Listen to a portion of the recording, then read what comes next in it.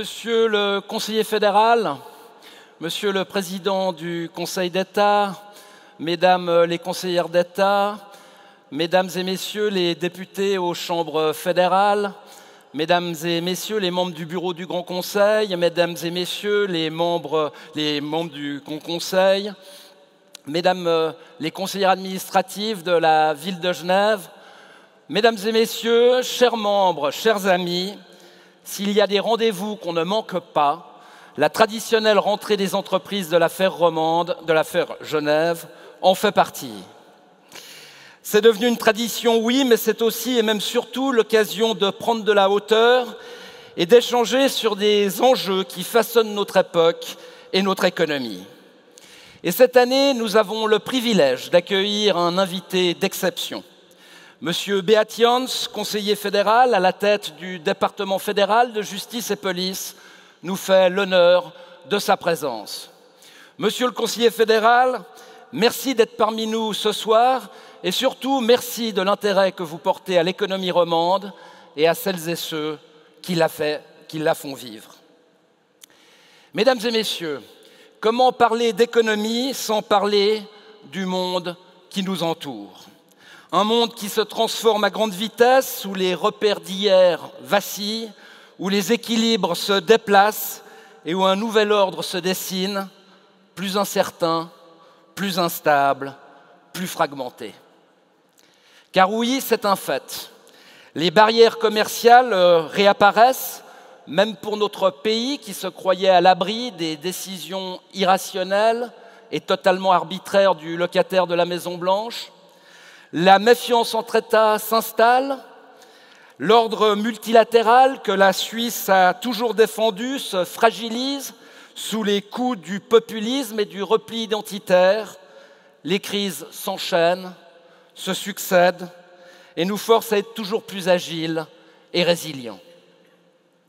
Et surtout, l'incertitude qui s'impose partout, non plus comme une exception, est devenue une norme. Et ce chaos est révélateur d'un paradoxe de notre époque où les échanges au sens large n'ont jamais été aussi faciles, aussi rapides, aussi mondialisés, et pourtant les murs politiques, idéologiques, économiques n'ont jamais été aussi nombreux et menaçants. Face à ce monde fragmenté, une question s'impose: comment préserver notre modèle économique, notre résilience et notre prospérité. La Suisse n'est pas une grande puissance malgré son poids économique, et la réponse tient pour ma part en un mot: l'ouverture. Pourquoi ? Parce que l'ouverture est le moteur de notre compétitivité, elle est l'ADN de notre prospérité et elle est le socle même de notre singularité. Mais cette ouverture ne peut porter ses fruits que si elle repose sur des repères stables, sur des partenariats solides et sur une volonté politique assumée. Dans cette perspective, les mois et les années à venir seront décisifs, avec plusieurs votations au niveau fédéral qui poseront des véritables choix de société capables de redéfinir les contours de la Suisse de demain. Je ne m'arrêterai pas ce soir sur les détails des bilatérales 3, Monsieur le conseiller fédéral y reviendra, mais je tiens à le dire avec clarté. Depuis plus de 25 ans, la voie bilatérale est un des piliers de notre succès. Un pilier qui a notamment permis à la Suisse de maintenir un lien fort, pragmatique et constructif avec l'Union européenne, notre premier partenaire économique, avec qui nous partageons un destin commun et avec qui nous pouvons travailler sur des bases stables et claires. Et c'est pourquoi la Fédération des entreprises romandes Genève continuera de défendre avec conviction la voie bilatérale, car soutenir cette voie, c'est soutenir et s'investir dans la compétitivité de notre économie, dans la stabilité de notre société et dans la pérennité du modèle suisse. Mais pendant que nous nous efforçons de bâtir des ponts, d'autres préfèrent ériger des murs en brandissant la peur et l'isolement comme solution. Je pense ici à l'initiative qui vise à limiter la population suisse à 10 millions d'habitants. Si en théorie, cette initiative prétend répondre à un enjeu de durabilité, dans les faits, elle ne fait qu'orchestrer la fin de la libre circulation des personnes et donc la fin des accords bilatéraux, la fin de notre accès au marché européen et la fin de la mobilité de la main-d'œuvre pourtant essentielle pour nos PME et nos institutions. Permettez-moi d'être là aussi très clair. Cette initiative ne protège pas la Suisse, elle l'affaiblit et c'est pour cette raison qu'il faut la combattre avec force. À l'autre extrémité du spectre politique, une autre initiative prétend servir l'avenir sous couvert de durabilité. Il s'agit de l'initiative des jeunes socialistes qui vise à imposer à 50% les successions de plus de 50 millions de francs suisses.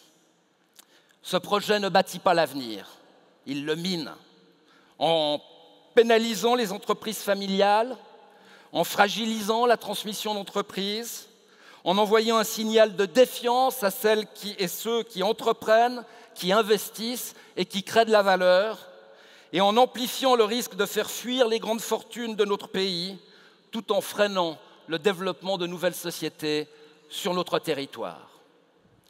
Je ne tiens pas à porter ce soir un jugement moral sur celles et ceux qui répondent au chant séduisant des cigales italiennes ou grecques.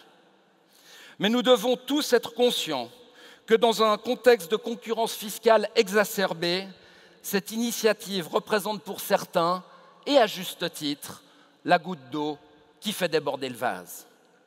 Et si les grandes fortunes sont mobiles, ce n'est pas le cas des patrons de PME et de PMI qui n'ont pas d'autre choix que de rester les vaches à lait de la République et de la Confédération.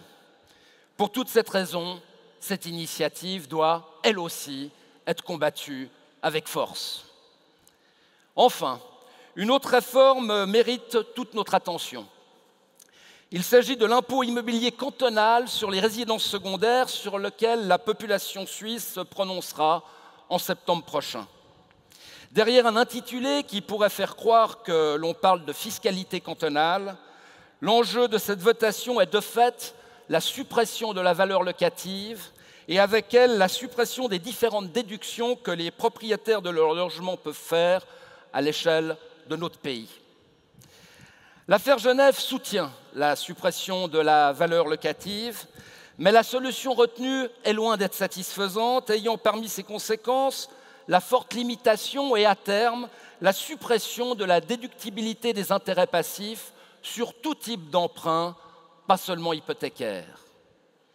C'est donc une charge potentielle de plus pour les entrepreneurs et là encore, nous devons dire non à une réforme qui accouche malheureusement d'une souris.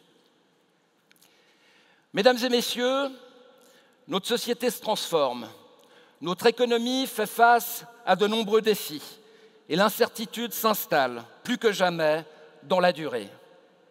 Dans ce contexte, une nécessité s'impose, celle d'avoir une vision claire et une direction affirmée.